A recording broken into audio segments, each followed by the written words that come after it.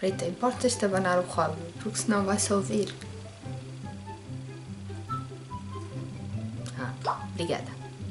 Não abanes o rabo, pertinha. O último mês do ano foi uma confusão, ilusionei-me, magoei-me. Fiz uma viagem, que deve estar por aí a aparecer algumas imagens, e li alguns bons livros, alguns eu deixei a review no Goodreads, mas eu queria mesmo fazer um vídeo sobre este livro, que é Os Guardiões do Farol, de Emma Stonex, que é Os Lamplighters lá fora. Para já, vamos começar por esta capa. Olhem só para esta capa maravilhosa. Esta capa é uma das originais, daí eu ter comprado esta edição, porque acho que quando o mercado editorial português tem boas ideias, acho que devemos de apoiar.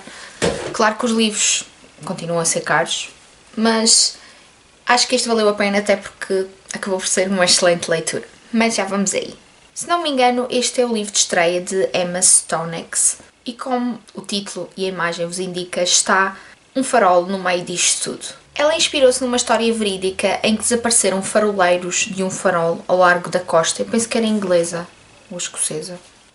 Esta é a memória. Na ilha de Eleanor. Os faroleiros que desapareceram chamavam-se Thomas Marshall, James Ducat, Daniel MacArthur. Pronto. Isto é baseado num facto verídico, mas é ficcional, porque ninguém sabe o que aconteceu a esses pobres faroleiros. Eu adoro o ambiente e a atmosfera que Emma Stonex incute ao livro.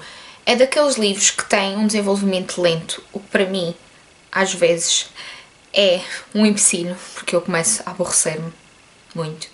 Mas neste caso, ela conseguia dar indícios que alguma coisa estava para acontecer e o porquê dela estar a desenvolver tão lentamente as personagens. Nós temos duas narrativas, a narrativa de 1972, na véspera de Ano Novo, portanto é um livro que até é perfeito para ler nesta altura, é Natal e Ano Novo, em que os três faroleiros que estão num farol ao largo da costa, eles só vinham à terra depois de largos meses, estão a desejar de ser rendidos para virem passar as férias de Natal a casa. E depois temos a narrativa contemporânea, em que um escritor dos dias de hoje vai tentar investigar o que aconteceu a esses três faroleiros e vai confrontar a família dessas pessoas, nomeadamente as mulheres, as namoradas, para tentar descobrir o que realmente aconteceu. Há coisas um bocadinho estranhas, porque, por exemplo, todos os relógios do farol estavam todos parados às 8h45, quando as pessoas foram tentar resgatar os faroleiros. A porta do farol estava trancada por dentro e não havia viva alma no farol. E apesar de haverem 3 faroleiros, a mesa estava só posta para 2. E o diário do chefe dos faroleiros, que era o comandante, descrevia um episódio meteorológico como uma tempestade fortíssima que tinha abalado o farol, mas o tempo tinha estado sempre limpo, pelo menos da visão da costa para o farol.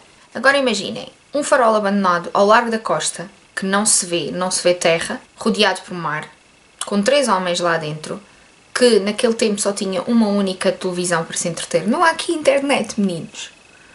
E tinham de arranjar hobbies para se entreter. Estes 3 homens desapareceram como puff pelo ar. Não se sabe de nada. A porta do farol estava trancada por dentro. E todos os relógios estavam parados à mesma hora. O que é que a mente do ser humano começa a pensar? Em coisas estranhas, sobrenaturais, claro.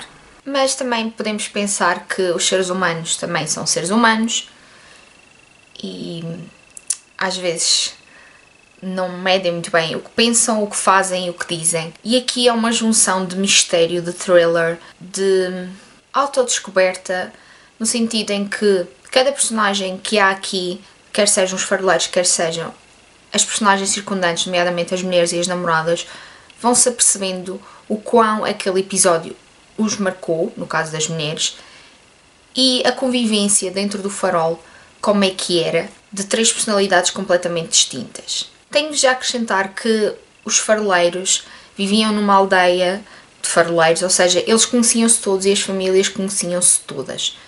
Portanto, há aqui amizades, confidências, desavenças que vêm todas ao de cima. Para mim foi uma das minhas melhores leituras do ano 2001, já podemos dizer assim. Goodbye 2001. Porque a maneira como ela escreve é verdadeiramente fascinante, porque ela como que pega numa cebola e começa a descascar as cascas e as camadas e nós começamos a perceber o que é que no fundo ali passava, e é verdadeiramente emocionante ver o quão o ser humano evolui ou involui na presença de outros seres humanos ou mesmo sozinhos. Algo que ela descreve que é fantabulástico é a claustrofobia que se sente dentro do farol. Imaginem uma torre, 3 homens lá dentro, com um pedaço de terra pequeníssimo à volta, e eles têm de lá passar meses inteiros. E ela descreve tão bem essa sensação de prisão e como alguns não lidavam bem com isso e outros até lidavam bem, até achavam aquilo uma maneira de escape. Ela descreve isso tão bem que houve alturas em que eu senti o que eles estavam a sentir, e isso é complicado. Eu não sofro de claustrofobia, graças. Não gosto muito de passar em espaços muito apertados, especialmente debaixo de terra, mas nunca tive um episódio de claustrofobia. Mas conheço pessoas que já passaram por essa situação e este livro descreve isso e como isso afeta o ser humano, a solidão. Ela descreve isso maravilhosamente. Como vos disse, gostei muito da maneira como o livro evoluiu, foi uma das minhas melhores leituras do ano. Acho que não é um livro que será um livro de 5 estrelas para toda a gente. É um livro que é preciso estar no mood para apreciá-lo verdadeiramente. Eu gostei imenso e fiquei maravilhada com o livro. Mas vão preparados para um livro lento, que tem muitas respostas, mas que talvez não são as respostas que vocês estão à procura no início, quando começam a ler o livro. E mais não digo. Se já leram este livro, já sabem, digam em baixo e comentem. E nós vemos no próximo vídeo. Tchau!